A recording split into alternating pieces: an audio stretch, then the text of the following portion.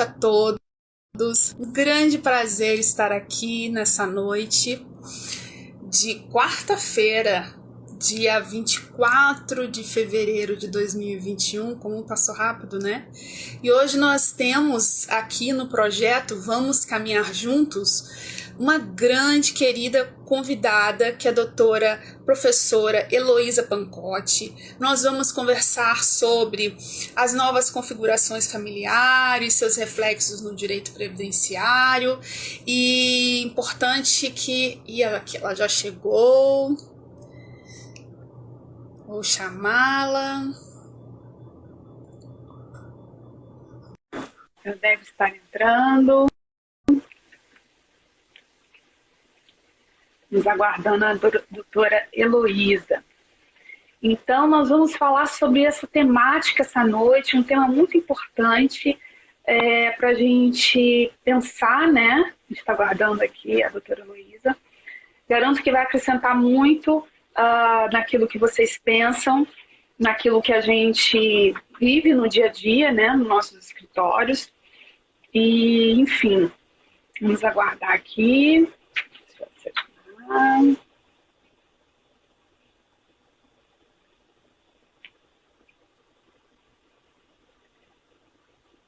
Estamos aguardando a doutora Heloísa, mas não está entrando. Esse projeto, gente, eu vou falando com vocês, é um projeto muito interessante, porque eu venho falando aqui com vários especialistas, né? A gente visualizar. Isso. Acho que agora vai entrar.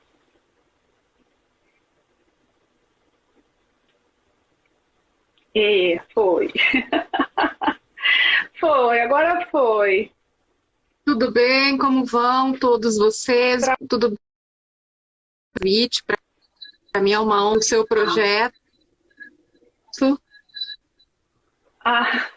Obrigada.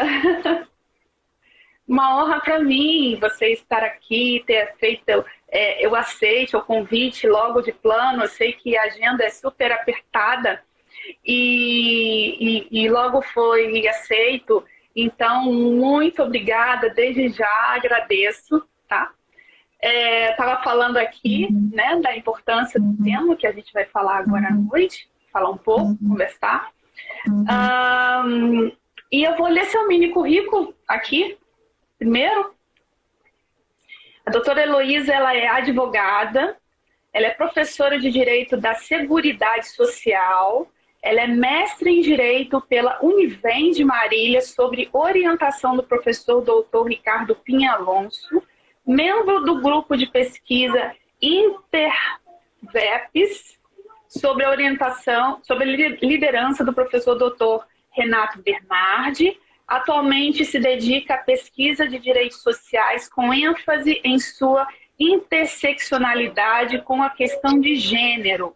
Doutorando em Ciências Jurídicas na Universidade Estadual do Norte do Paraná, sob a orientação do professor doutor Renato Bernardi, autora de livros e artigos, capítulos de livros, dentre os quais se destacam Previdência Social e Transgêneros, um excelente livro, e Limbo Previdenciário Trabalhista, salvo engano, junto com o professor Serral, né?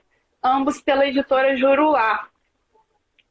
Isso mesmo. O Limbos, nós estamos em fase de atualização já para a segunda edição.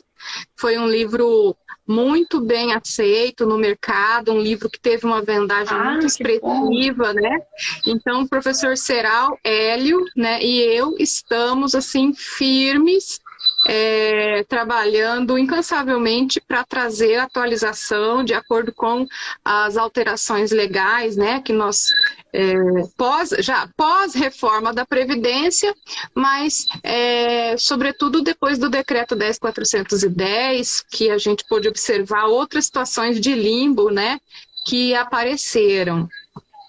Então, também o livro Previdência Social e Transgêneros, né, que tem um pouco a ver com o tema de hoje, que é um livro que quando lancei, vou confessar aqui, né, professora Lilian, que foi um livro que ofereceu muita... de cara, as pessoas estranharam muito o livro, estranharam muito o tema, né? E depois, com a construção dos debates, a leitura do trabalho, hoje é um livro que já está na segunda edição, já existe projeto para a terceira edição desse livro, né? E já existe projeto para a terceira edição desse livro, e nós estamos aí muito felizes com a repercussão desse trabalho, né? Ontem mesmo falávamos dele na Universidade em Ribeirão Preto, então é uma alegria muito grande que todos esses trabalhos estão ganhando mundo, ganhando os escritórios. As pessoas compreenderam a importância de discutir novos padrões, que na verdade não são novos, né, professora Lilian? São padrões de família diversos e não novos. São padrões diversos, são configurações familiares que sempre existiram, arranjos familiares que sempre existiram, arranjos familiares que a gente verifica que eles ocorrem o tempo todo na nossa sociedade. No entanto, o que acontece é que hoje, dada a questão social mesmo, cosmopolita, né, a globalização, sobretudo a evolução dessa pauta um pouco mais progressista, as pessoas estão retirando aquilo que era do âmbito privado, aquilo que não se discutia muito nas ruas, mas todo mundo sabe que sempre existiu. A doutora Valéria, que prazer tê-la aqui, doutora Valéria. Boa noite. Então, aquelas relações que existiam na clandestinidade passaram a ocupar, né, a ocupar os tribunais, as ruas, né? E hoje a advocacia precisa se preparar para atender todo tipo de cliente, né? A professora Valéria fala muito disso, a professora que nos encontra, que está aqui nos prestigiando hoje. Então, eu gosto muito de começar sempre falando o seguinte, lei, né? Existe uma lei de inclusão e existem muitos programas, por exemplo, especialmente programas veiculados nos canais públicos. Doutor Tiago, boa noite, um prazer tê-lo aqui conosco. Nos programas públicos também a veiculação de Libras, por exemplo, né? Acompanhado do programa, sempre tem ali um intérprete de Libras, sobretudo quando os programas são veiculados em redes públicas e tudo mais. Acontece, professora Lilian, que nem, por exemplo, se você trouxer isso para o âmbito dos escritórios de advocacia, raros escritórios que estão preparados para receber essas pessoas com deficiência auditiva, né? As pessoas com dificuldade de fala, dificuldade de compreensão, né? O que a gente falava, pessoa com deficiência auditiva de fala, antigamente o surdo, o mudo, a pessoa que precisa de um intérprete de Libras.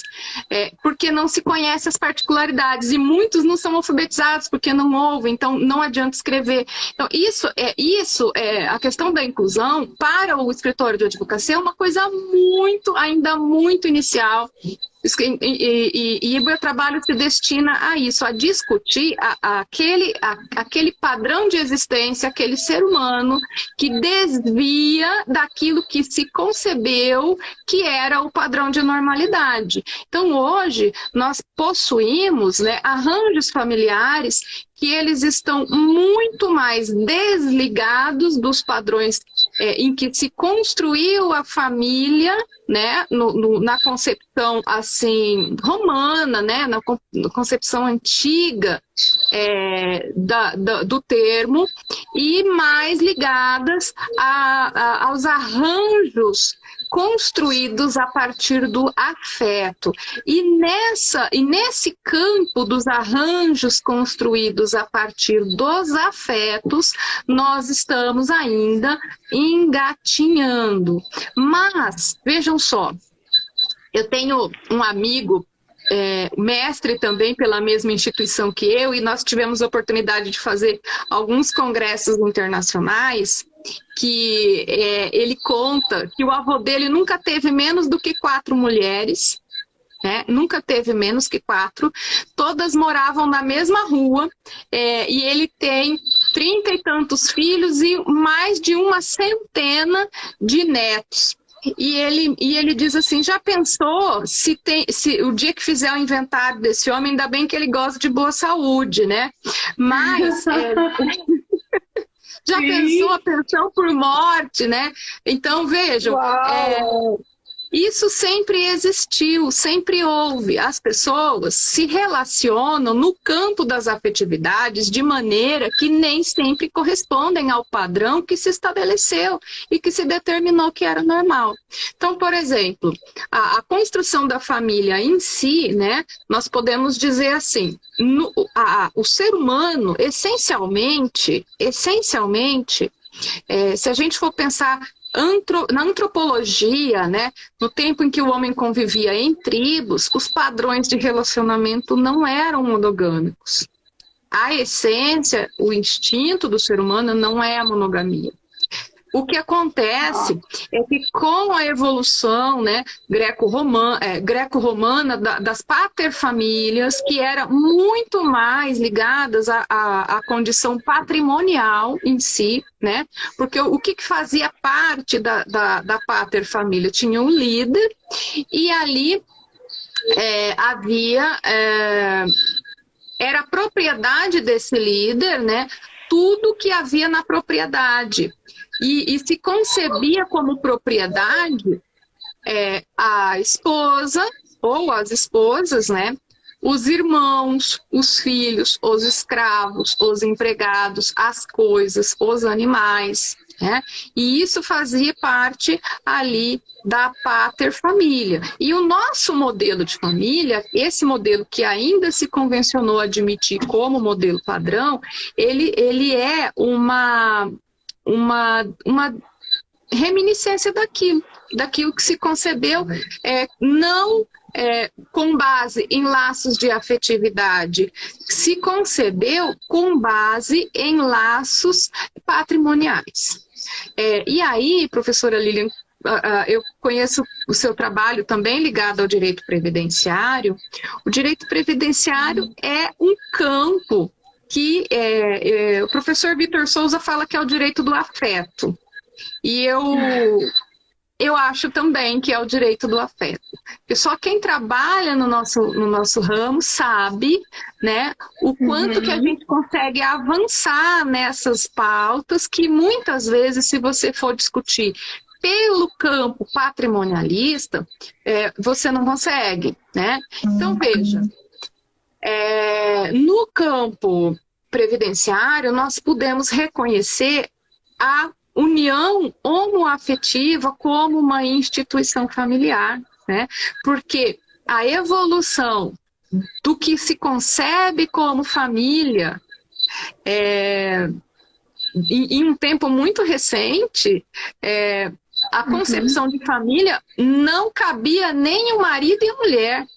Havia necessidade da prole, né? Senão não se considerava aquela união de 2 pessoas numa família, né? Hoje não, hoje nós discutimos questões relacionadas à pensão alimentícia, a guarda e visitação de pets, não é, professora? Verdade.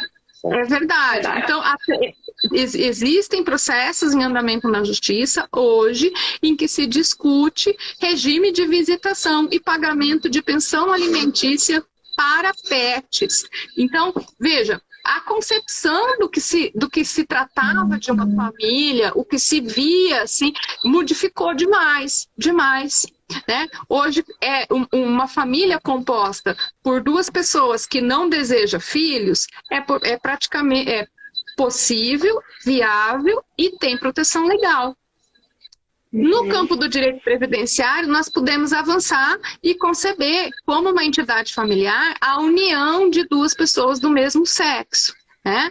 E isso se deu na discussão de uma pensão por morte de um servidor do Distrito Federal, né, que gostaria, né, que ali ele discutia a questão da condição do seu companheiro como dependente apto à percepção da pensão por morte. E essa discussão se arrastou por muitos anos e foi com base nela em que hoje, né, se concebe as possibilidades de não somente de pensão por morte, como também de partilha de bens, né? Porque em período anterior a essa decisão, o que ocorria é que quando essas pessoas construíam um projeto de vida, mas infelizmente quando ocorria o falecimento de um dos membros dessa família, o outro membro perdia, junto com o amor da sua vida, né, com o seu companheiro de vida, perdia também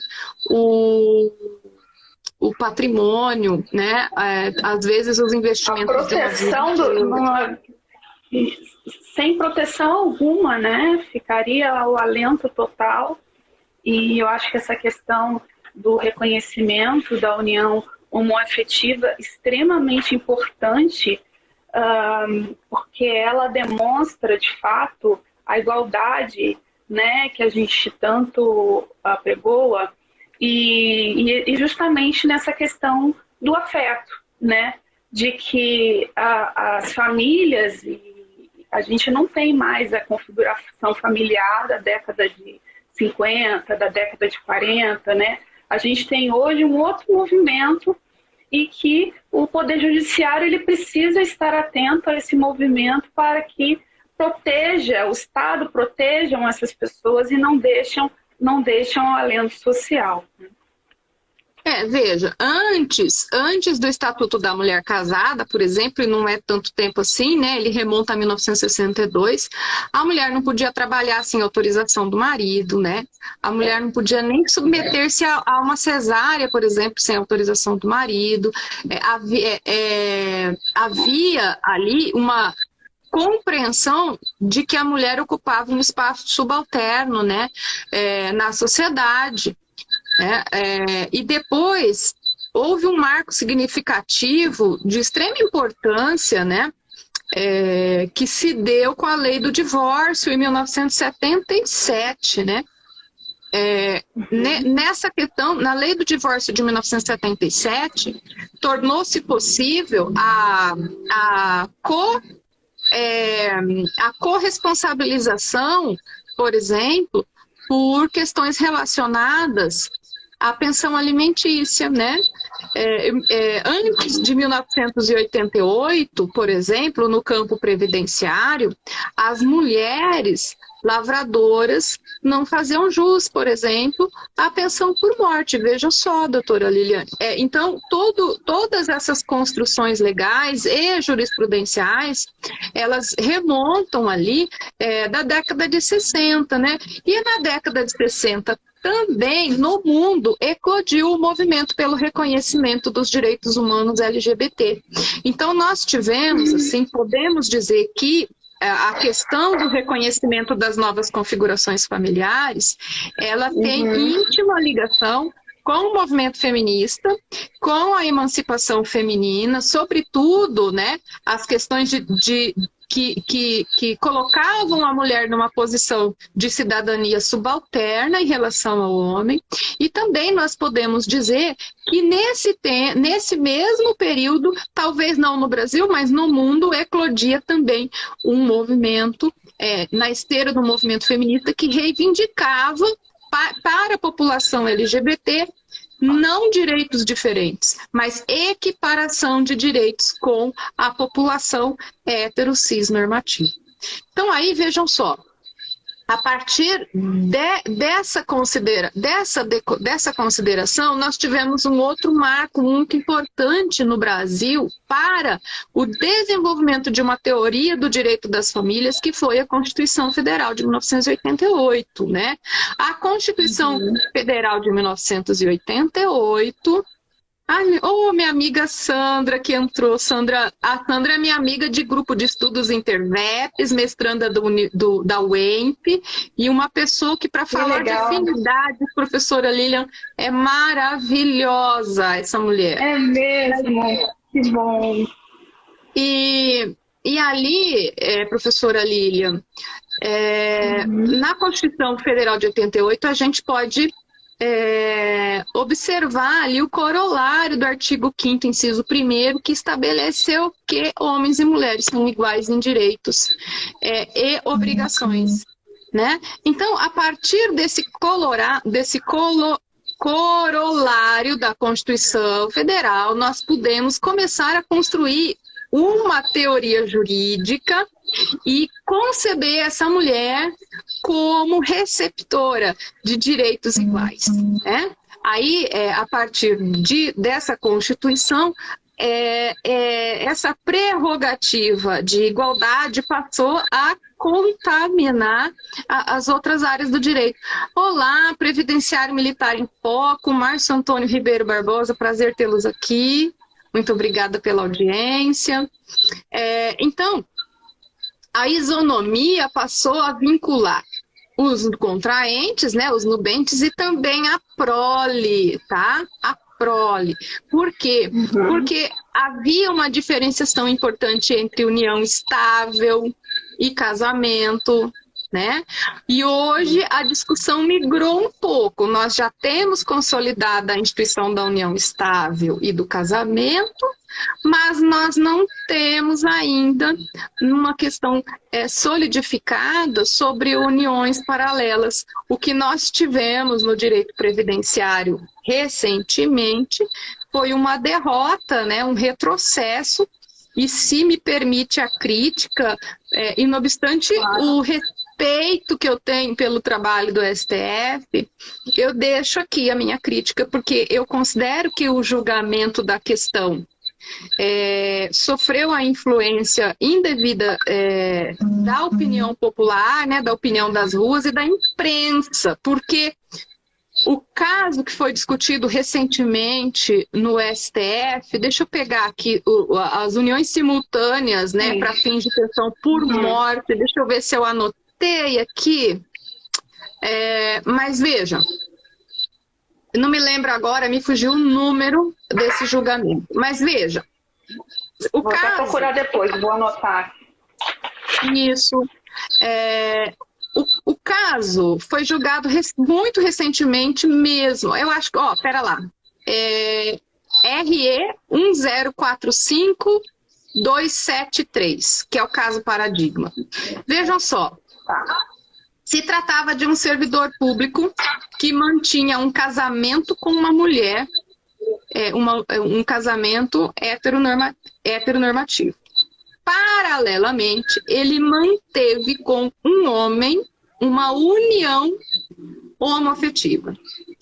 Com o falecimento, né, desse instituidor, automaticamente, a mulher com quem ele mantinha o casamento passou a receber a pensão por morte. Porém, o seu companheiro de mais de uma década, essa união não era uma união clandestina, era de conhecimento de todos os envolvidos, né? Ele ficou desassistido.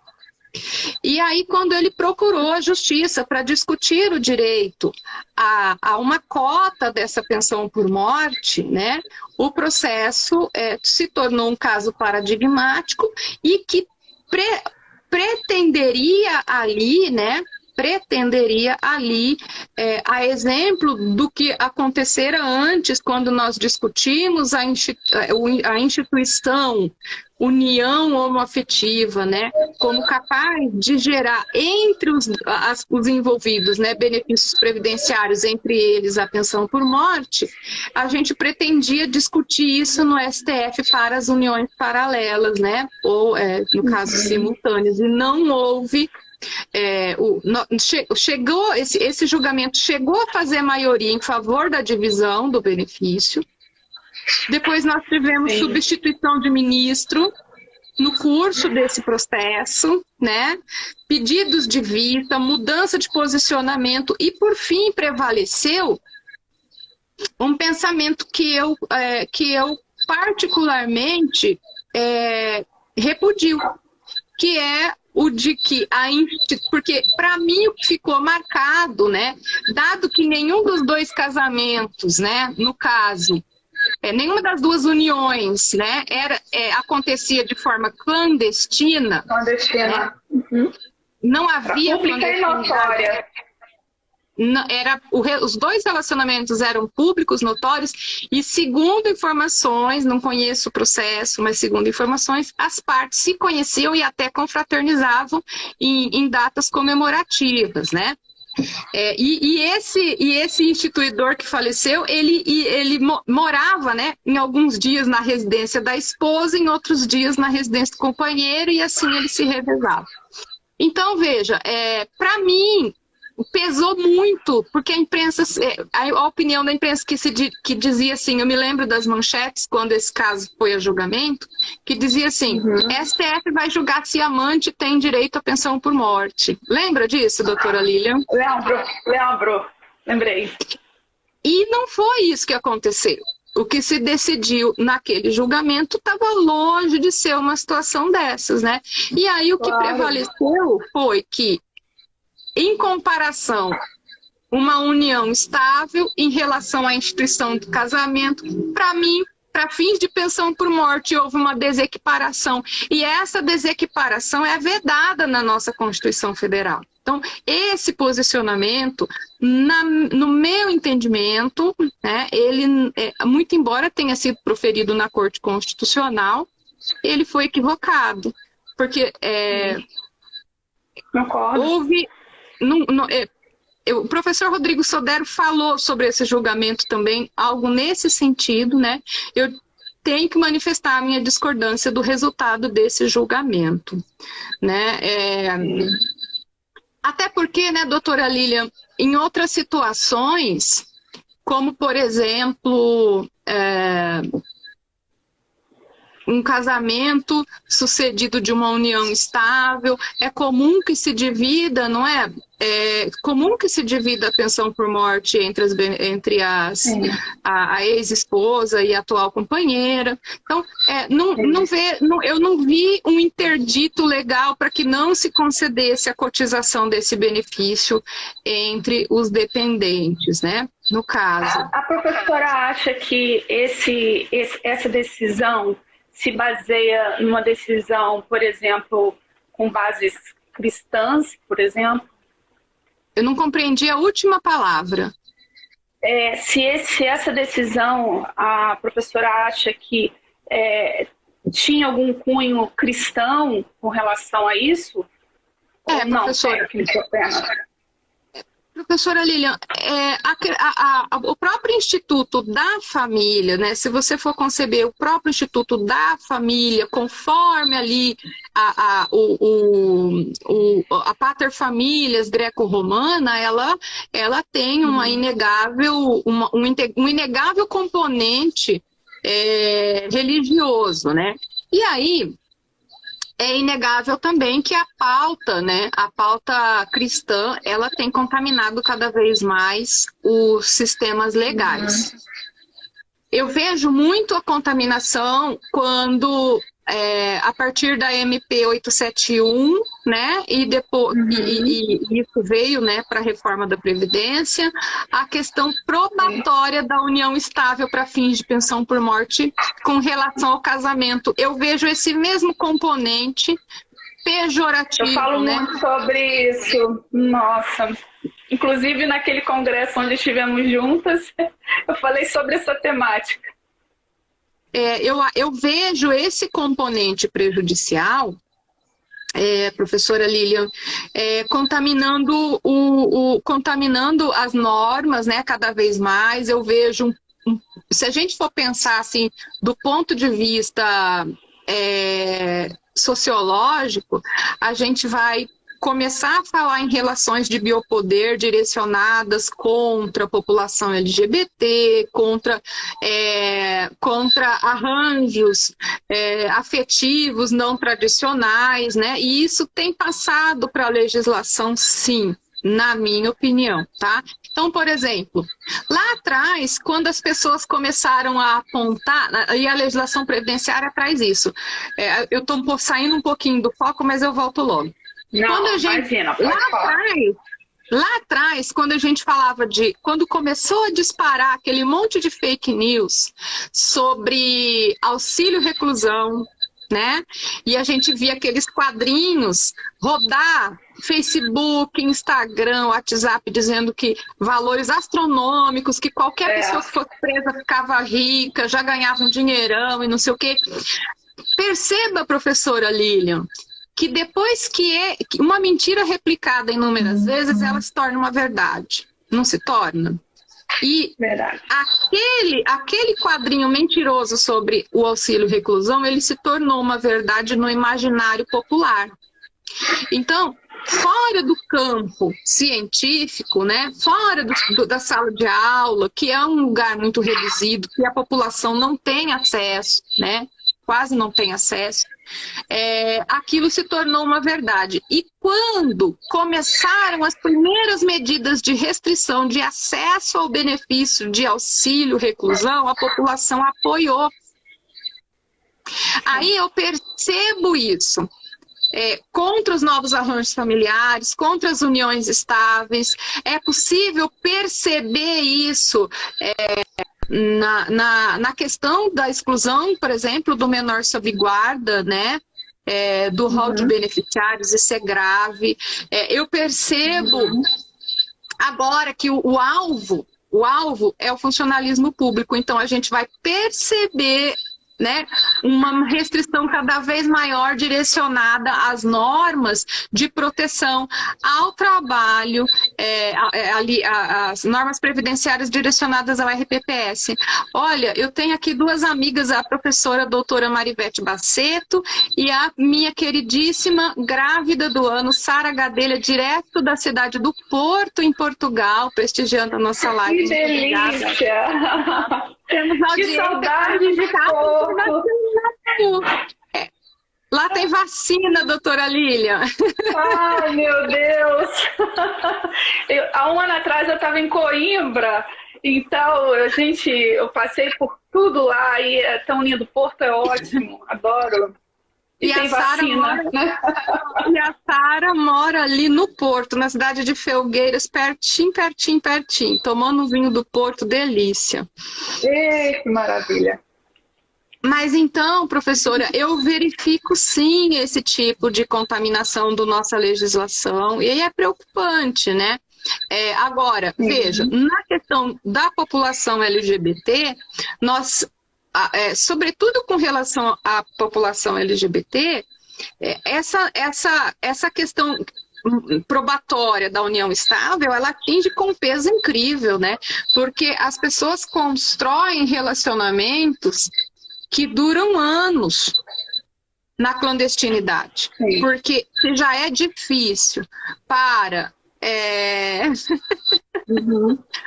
minha amiga Sara, vamos brindar um belo vinho do Porto. Quem sabe a doutora Zina nos acompanha.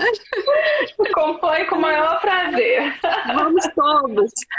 Então, sobretudo, porque a união homoafetiva, né, para um casal homoafetivo, é muito difícil assumir essa relação para a sociedade, né? Então, a probabilidade de que essas pessoas consigam reunir as provas documentais, né, não mais antigas que 24 anos, de 24 meses da data da morte, é muito pequena, né? Então, o que nós temos aí? A formação cada vez maior de limbos previdenciários. Então, aquele tecido protetivo que nós demoramos tanto para estender sobre as pessoas, para que elas tivessem uma vida tranquila, sobretudo na velhice, que tivesse proteção contra as contingências que pudessem impedir a renda mensal, né, o próprio sustento, aquilo que se demorou tanto para construir vem sendo destruídas. Por quê? Porque o próprio Estado abre pequenos limbos e esses limbos vão se elastecendo à medida em que novas legislações são aprovadas, entram em vigor, né, reformam as antigas e por aí vai. Temos também, vejam só, uma discussão que eu acho muito interessante, diz respeito à população LGBT, que é a licença maternidade reversa. É um tema novíssimo no direito previdenciário. E esse tema, ele que é o tema 1072 do STF, ele é um tema que vai interessar para os casais heterossexuais também. Por quê? Porque o que acontece é que hoje, né, o salário, no caso, né, o salário maternidade, ele vem para a mãe, né, ou num casal homoafetivo lésbico, ele vai para uma das mães e ele vai para o pai em caso de falecimento da mãe. Mas o que se discute no 1072 é que duas mulheres adotaram criança, aliás, uma gestou a criança e a outra, né, a outra não gestou. A que não gestou é servidora pública e tem um patamar salarial altíssimo, em comparado com a sociedade, com o restante da sociedade. E a mãe gestante, ela é uma pequena comerciante, né? E aí o que acontece? Do ponto de vista financeiro, seria mais interessante que a mãe não gestante recebesse o benefício. Por quê? Primeiro, porque ela tem o direito legal do afastamento e a percepção do benefício. E segundo, porque a mãe que é comerciante não pode se afastar do trabalho. E o segundo argumento é que ela não pode receber o benefício e continuar trabalhando, né? Então, a discussão aqui, que é oriunda lá do município de São Bernardo do Campo, é se é possível escolher um dos membros, né? Dos membros daquela família para receber o benefício. Esse caso, dependendo do resultado do julgamento, ele vai ser extremamente interessante para trazer para o campo dos casais heteronormativos. Por quê? Porque, veja, quantos homens não têm muito mais vontade de cuidar dos filhos, ou até mesmo afinidade. Eu, por exemplo, voltei a trabalhar com 13 dias, meu marido trocou com certeza muito mais fralda do que eu, né? Então tem aquele mito, né? A mãe foi predestinada, ela é naturalmente talhada para os afazeres domésticos e maternos. E isso é um mito, né? Isso é um mito. Não, eu falo que aqui em casa é a mesma coisa. Eu tenho uma pequena de 6 anos, mas eu tenho um marido maravilhoso. Eu nunca me preocupei com uma fralda à noite e uma mamadeira, uma chupeta. Sempre foi ele que cuidava. E assim, nas nossas viagens, né, congressos e viagem, ficar fora do tempo, quem cuida é ele. E os dois têm uma afinidade incrível, assim. Então, assim, é uma mudança totalmente, um paradigma quebrado, né? Com certeza. E nesse caso da licença maternidade reversa, doutora Lilian, o resultado foi de procedência primeira instância, depois isso foi modificado e agora nós estamos prestes a trazer firmar uma posição definitiva. Sinceramente, eu não vejo impedimento para não concessão. Primeiro, porque em ambos os casos houve contribuição, precedente fonte de custeio, né? Previsão legal para pagamento do benefício. Então, acho que a possibilidade de que o casal escolha quem é o membro adequado para os cuidados com esse nascituro e, sobretudo, a percepção da licença, eu não vejo motivo para o Estado interferir. Inclusive, tem uma declaração de princípios, né, que foi firmado pelo Alto Comissariado da ONU em Direitos Humanos, na cidade de Yogyakarta. Esse documento é conhecido como Declaração de Princípios de Yogyakarta. Essa declaração de princípios, ela traz lá orientações para a incorporação da pauta, né, LGBT para para os sistemas legais dos países membros da ONU.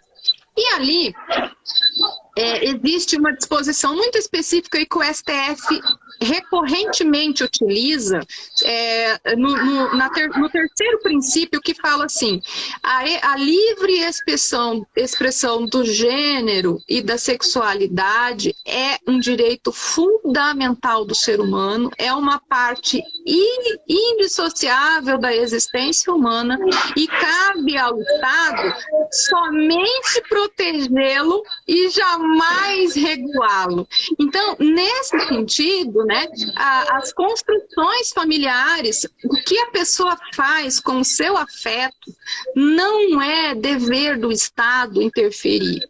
O dever do Estado é tão somente regular e cuidar para que as questões financeiras e patrimoniais, né, sejam defendidas, né? Me parece que o que ocorreu, então, no caso ali do reconhecimento da pensão por morte, né,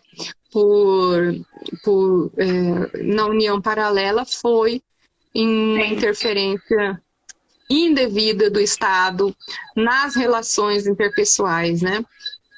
Depois, deixa eu ver o que mais que a gente podia falar das questões relacionadas à multiparentalidade e à paternidade socioafetiva, professora Lilian, né? Desde a Lei Clodovil Hernandes, nós podemos adicionar o nome do nosso pai afetivo nos nossos documentos, né? Aqui, essa semana, na minha cidade, uma madrasta foi incluída nos documentos, né, de filiação, né, do seu enteado. E aí fica a questão: esse enteado é beneficiário de pensão por morte? E isso quem vai responder é o direito previdenciário. Como fica a questão patrimonial no caso de faltar esse instituidor, né, que não tem relações biológicas, mas afetivas, né? E ali a reforma ela introduziu ali no artigo que trata da pensão por morte, dispositivo que permite, né, no caso dos enteados, o instituidor faz a declaração para a autarquia previdenciária, né, da situação de dependência, e se não houver, né, renda, se não houver outra fonte de renda, em tese, esse enteado seria, sim, dependente, apto a perceber o benefício de pensão por morte também. Doutor Luciano Braz, nós temos uma audiência super qualificada aqui hoje, doutora Lilian. Doutor Luciano Braz... doutor pela PUC de São Paulo, meu colega querido, companheiro de viagens e de debates da academia. Muito obrigado, professor Luciano. Então, tem também a questão da poliascendência, pluriparentalidade, né, que o STF também já definiu a possibilidade da existência desses arranjos afetivos. Isso é importante, porque, via de regra, isso vai acabar descambando na discussão previdenciária, né? E o STF, nesse sentido, já declarou que pais biológicos, pais socioafetivos, eles não têm nenhuma prevalência. As relações são consideradas iguais, né? São consideradas numa horizontalidade, sem ascendência de uma sobre as outras, e isso é importantíssimo também. O que mais, doutora Lilian, podemos dizer aqui? Olha, sim, tá tão interessante, tudo isso que você fala, parece às vezes tão distante, né, as pessoas, mas é tudo dia a dia. Isso acontece diariamente, como você falou lá no início do seu colega, né, que o avô, né? O avô. Tinham 4 mulheres ou seja, todas sabiam. A gente tem um exemplo clássico no Brasil daquele MC, Mr. Catra, também. Sim. Conheço aqui na minha cidade, que é uma cidade pequena, Itaperuna, fica a 6 horas do Rio de Janeiro.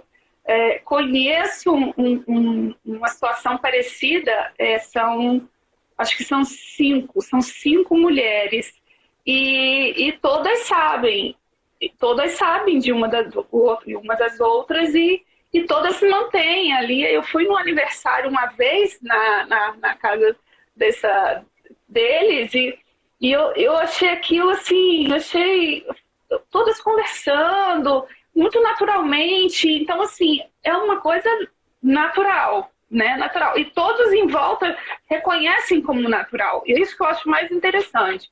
O reconhecimento da sociedade como ser natural, esse tipo de arranjo, né? Como a gente está falando aqui. E hoje, recentemente, doutora Lilian, nós tivemos um pai gestante, né? Um homem trans, pai gestante de uma criança, que está recebendo salário maternidade, e inclusive faz parte, eu tive acesso a uma nota técnica, né, da AGU, direcionada à diretoria de benefícios da Previdência Social, no sentido de orientar como o INSS deve proceder em casos, né, relacionados à transgeneridade. E inclusive, eles utilizaram esse meu livro Previdência Social e Transgêneros na bibliografia da construção desse parecer. E ali, justamente, eles dizem: não há nenhum impedimento para o homem gestante, né, pessoa trans, o homem trans gestante, receber o benefício previdenciário, né? O que existe aqui no Brasil ainda é uma discussão muito grande com relação a benefício de maternidade relacionados à parentalidade para mães gestantes, gestação por assistência, né, e não gestação própria. Então, aí, no caso das mães surrogates, a mãe gestante por assistência, ainda existe uma discussão, porque, veja, a questão é essa gestação. É utilizado o óvulo, né, de uma mulher, o espermatozoide de um homem, mas o bebê é gestado no útero de uma terceira pessoa. Sim. E aí, essa terceira pessoa, no Brasil, ela não pode ser um profissional. No Brasil, o trabalho não pode ser remunerado e nem contratado. Geralmente, esse trabalho é feito por pessoas voluntárias ou por parentes, né? Aqui, na minha cidade, eu tenho conhecimento de um caso que está acontecendo. Ele está desenvolvendo nesse momento. E aí, vejam, em tese, quando o bebê nasce, ele é biologicamente pertencente não à pessoa que o gestou. Ela não tem traços biológicos da gestante. Ela tem traços biológicos do casal que forneceu o material biológico para aquela fertilização in vitro. A documentação hospitalar, ela sai em nome dos pais biológicos e aquela criança é entregue aos pais biológicos. Aquela gestante, ela não tem nenhum documento que ampare a percepção do salário maternidade, a menos que ela o requeira antes de dar à luz. Percebe, professora Lilian? Sim, interessantíssimo. muito interessante essa temática, porque a gente vê muito isso, né? Meninas novas até, que não podem gestar, né? Tem que ter o material genético lá, tem os óvulos, e às vezes a mãe serve como essa gestante, né? A gente vê muito isso. Ou algum parente, geralmente são parentes, pessoas mais próximas que fazem essa gestação. Lá fora é permitido, né? O que a gente chama para pago, né? Você pode gerar os bebês e remunerar, né? Algumas pessoas no Brasil fazem isso lá fora, mas aqui não é possível, não é permitido. Então, interessantíssimo essa questão e essa abordagem e como as coisas vão caminhando, né? Como essas questões vão caminhando, como a nossa sociedade ela vai se desmembrando, como nós, seres humanos, vamos nos desmembrando.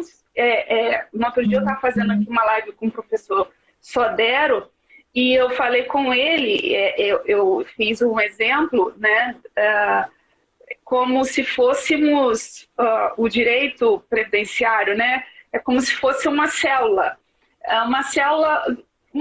mesmo, como se fosse uma gestação, que ela vai crescendo e ela vai amparando, né, e o coração seria aí nossa Constituição Federal e os demais, as outras leis que amparam. E eu acho que toda essa temática de proteção social para os transgêneros, para os homoafetivos, a gente tem que estender esse guarda-chuva, esse leque para a proteção social, né? Nessa hipótese do julgamento do STF, concordo com a professora, acho que discordo desse entendimento de que, ora, se não havia ali obscuridade, clandestinidade, se ambos se reconheciam, se visitavam, havia ali, né, a gente nem sabe, talvez numa coabitação, a gente não sabe, e como não dar a proteção social ao casal, aquela pessoa que ficou, né? Então, realmente incoerente e cada vez mais os estudos devem se lançar para que avancemos nessa questão e que nossa legislação abarque isso. Quando a gente fala lá do companheiro e da companheira, que eu falo muito sobre isso, a MP 871, né, que foi convertida na 13846, ela realmente ela é reducionista e ela trouxe uma redução de direitos ao companheiro e à companheira de uma forma gritante, ao passo que pessoas que, como a gente conversou aqui, às vezes mantêm uma relação e não tem essa documentação mínima de 24 meses ali próximos ao óbito. E não tem a proteção, não tem a tutela social, né? Não tem a proteção social. Eu queria só registrar aqui, professora, que o professor Tiago Vinícius esteve presente aqui na nossa live, e o professor Tiago Vinícius, ele é um dos expoentes do direito, direitos humanos relacionado ali com a questão de raça. Ele está na plataforma Feminismos Plurais e é um dos interlocutores da professora Djamila Ribeiro nessa plataforma. Então, muito obrigada, professor Tiago Vinícius. Professor Tiago Kidrick também está conosco. Muito obrigada. Amanhã minha live é com ele. Com o Thiago Kidrick. Professor Tiago, muito boa sorte amanhã. Então, assim, Simone, eu acho que a gente já está chegando perto, né, do horário limite que nós temos, né, professora Lília? Isso. Então, eu acho assim, importante a gente definir, então, como o direito previdenciário foi palco para tantas evoluções, né, relacionadas ao campo do direito das famílias, né? Compreendemos, assim, como entidade familiar, né, aquelas cujas pessoas estão ligadas por relações íntimas de afeto.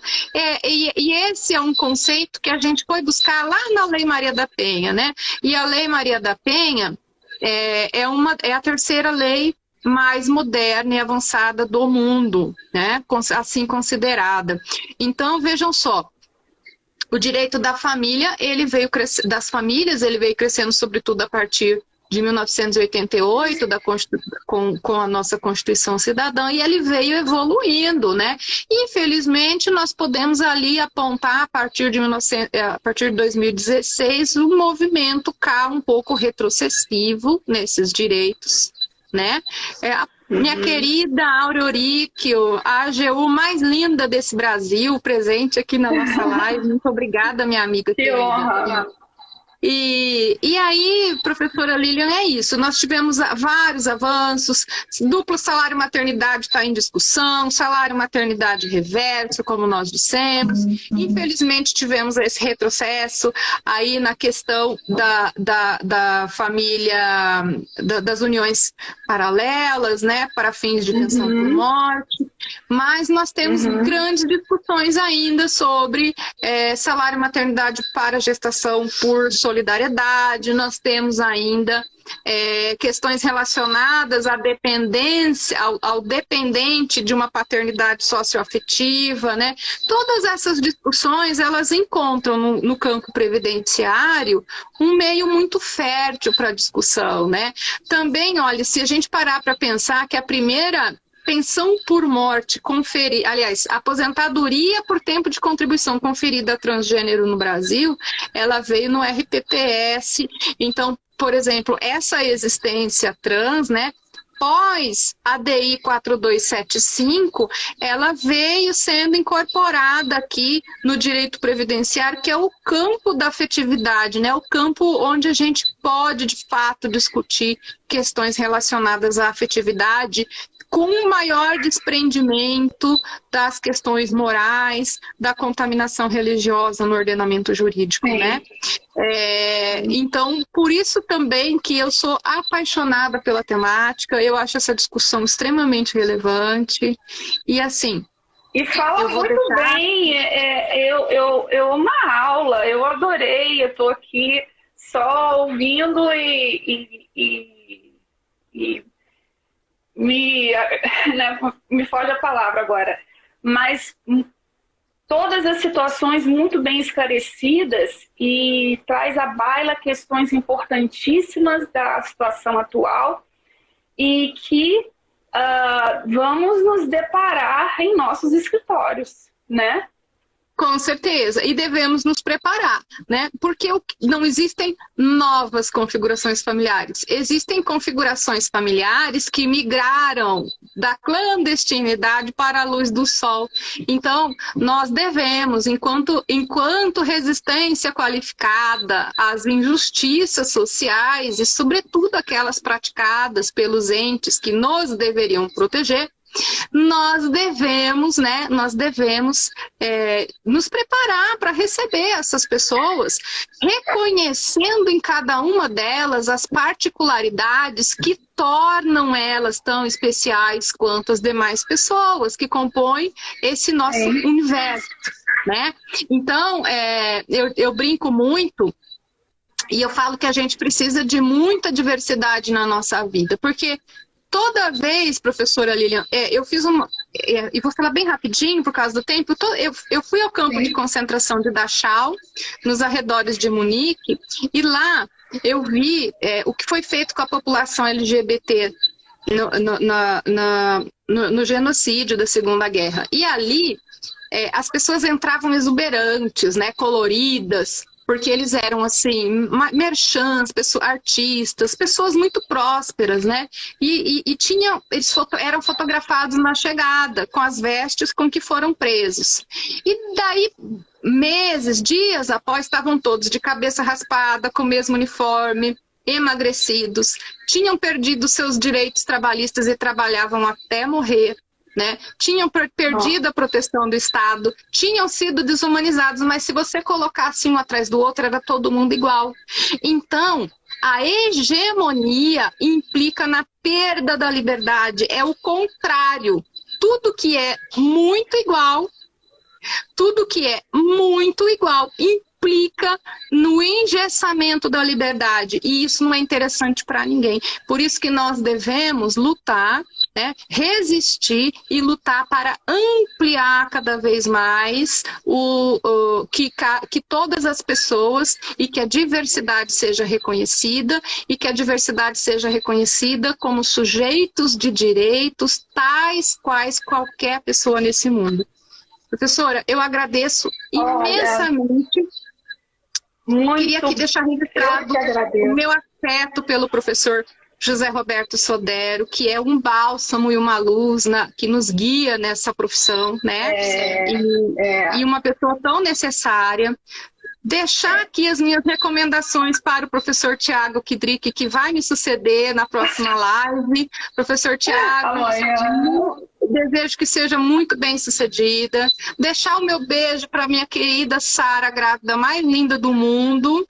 E dizer, professora, que foi um prazer. E eu estou muito obrigada, Tiago. E eu gostaria de dizer que eu estou à sua disposição para aquilo que se fizer necessário. Tá? Muito obrigada e até a próxima. Eu agradeço imensamente. Logo no início eu falei que desde o plano falei com a professora e que declarou aceite. Isso me trouxe muita alegria.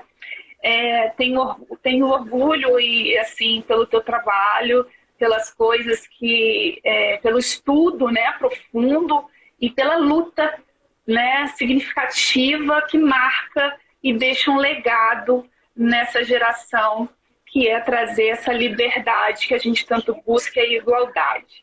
Então, eu agradeço a todos que participaram dessa live. Professora, um grande abraço.